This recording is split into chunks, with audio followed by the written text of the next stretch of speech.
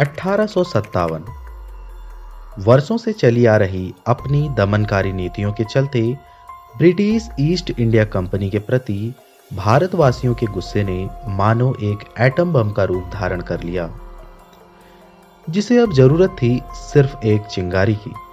और समय आने पर यह बम ऐसा भड़का जिसने कंपनी की जड़ों को भारत से लेकर इंग्लैंड तक हिला के रख दिया। फिर क्यों ये चिंगारी अपनी स्वाधीनता के उद्देश्य को पूरा नहीं कर पाई? हे गाइस, मैं हूं आपका दोस्त और होस्ट मिस्टर डीके। एक बार आप सभी का फिर से स्वागत है आपके अपने यूट्यूब चैनल डीके क्लासेस में। तो आज हम बात करेंगे 1857 के विद्रोह के बारे में। तो चलिए शुरू करते हैं। सन 1757 के प्लासी के युद्ध के बाद भारत में अंग्रेजी साम्राज्य की स्थापना हुई थी।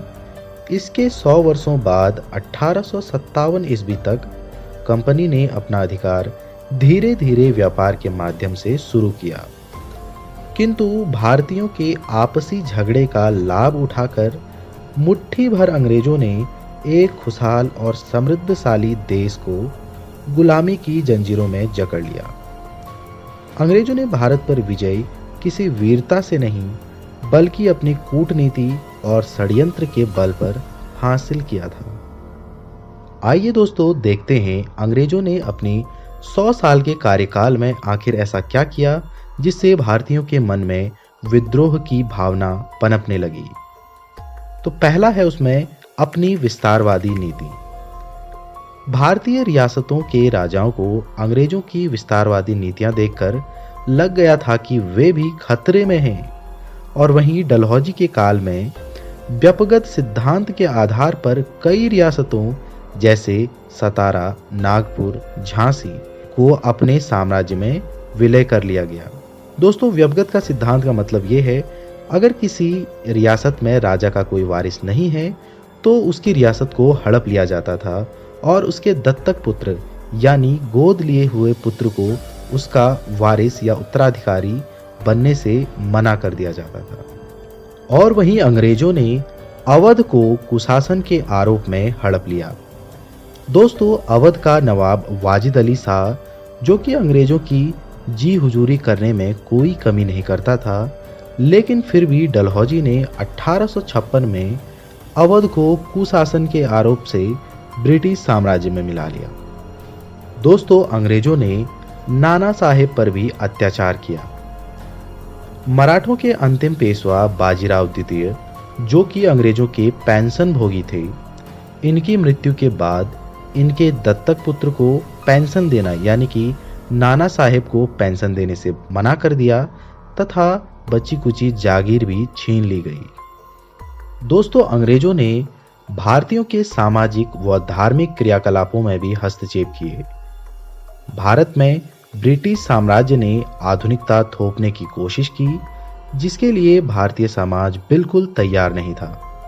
सती प्रथा, शिशु हत्या, बालिका विवाह इत्यादि पर प्रतिबंध लगाना एक सुधार का कार्य था, लेकिन उस समय भारतीयों ने इसे अपनी परंपरा व धर्म पर एक हमले के रूप में देखा। और वहीं 1857 के विद्रोह में कुछ सैनिक कारण भी थे। ब्रिटिश ईस्ट इंडिया कंपनी भारतीय सैनिकों को विभिन्न तरह से प्रताड़ित किया करती थी, जैसे लड़ने के लिए समुद्र पार भेज देना। दोस्तों, उस समय के लोग समुद्र पार जाना अपने धर्म के खिलाफ समझते थे। और वहीं हिंदुओं को टीका लगाने से इनकार कर देना, मुस्लिमों को दाढ़ी रखने से मना कर देना। इन कारणों से सैनिकों को भी बड़ी मुसीबत का सामना करना पड़ता था। दोस्तों, अब हम देखते हैं आखिर लंबे समय से पनपता आ रहा यह गुस्सा कैसे फूटा, यानी कि 1857 के विद्रोह का तात्कालिक कारण क्या था।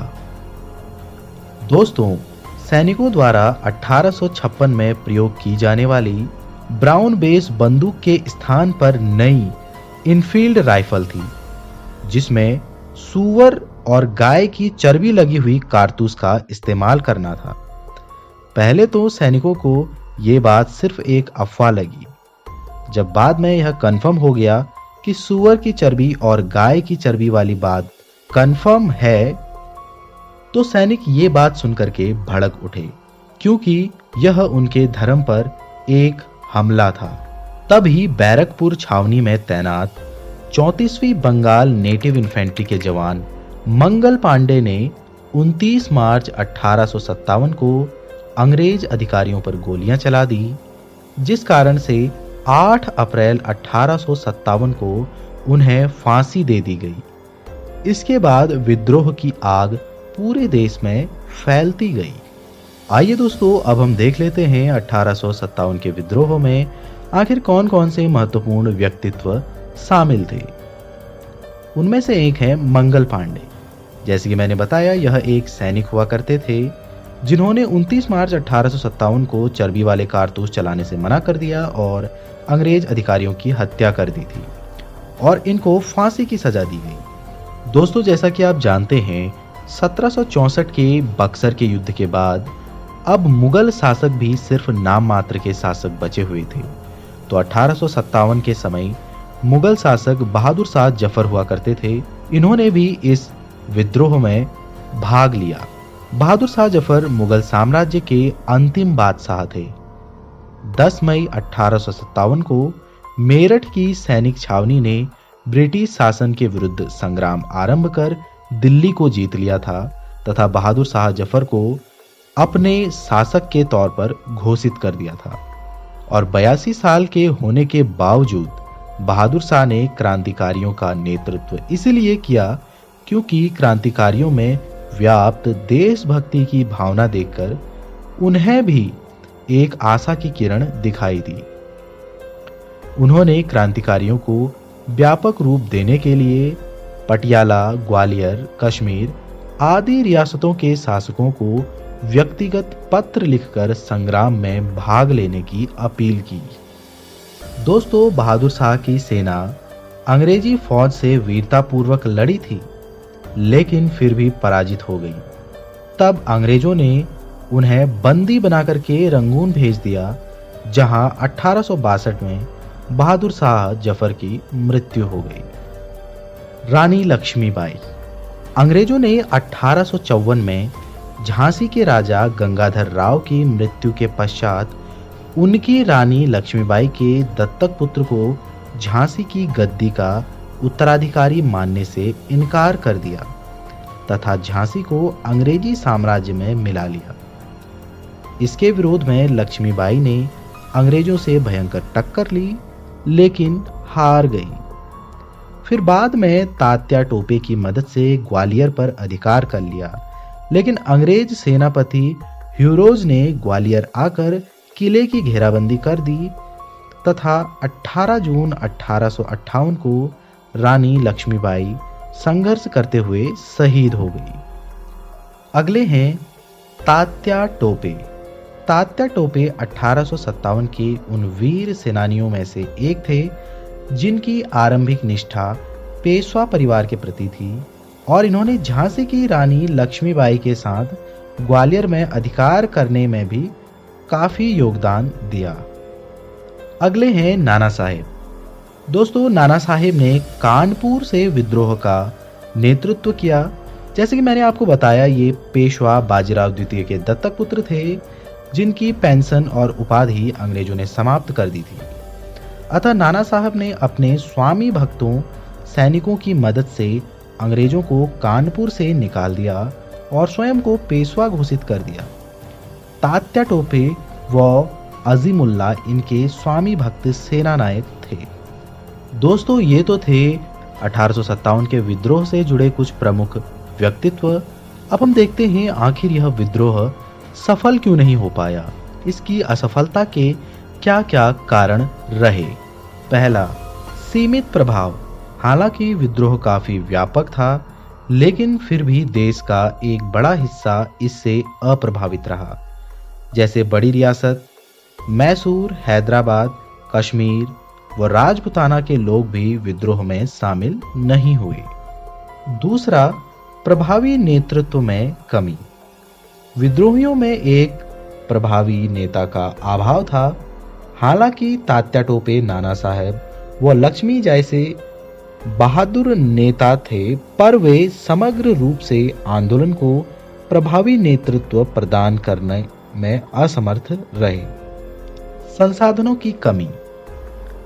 सत्ताधारी होने के कारण रेल, डाक, तार ये सभी संचार के माध्यम अंग्रेजों की मुट्ठी में थे तथा भारतीय सेनानियों के पास धन व हथियारों की कमी हो गई। और वहीं भारत के मध्यम वर्ग और पढ़े लिखे वर्ग ने 1857 के विद्रोह में भाग नहीं लिया। तो ये थे कुछ महत्वपूर्ण कारण जिनकी वजह से 1857 का संग्राम अपने अंतिम चरण तक नहीं पहुंच पाया था। दोस्तों, वैसे तो 1857 की क्रांति हमको स्वाधीनता नहीं दिला पाई, लेकिन इसके कुछ महत्वपूर्ण परिणाम निकल करके सामने आए। जैसे भारत में कंपनी का शासन समाप्त हो गया और भारतीय प्रशासन को महारानी विक्टोरिया ने सीधे अपने हाथों में ले लिया था। और भारत में कुछ प्रशासनिक परिवर्तन हुए, जैसे गवर्नर जनरल के पद को समाप्त करके वायसरॉय का पद बनाया गया, व्यपगत के सिद्धांत को समाप्त कर दिया गया और दत्तक पुत्र को उत्तराधिकारी बनने के लिए मान्यता प्राप्त हो गई।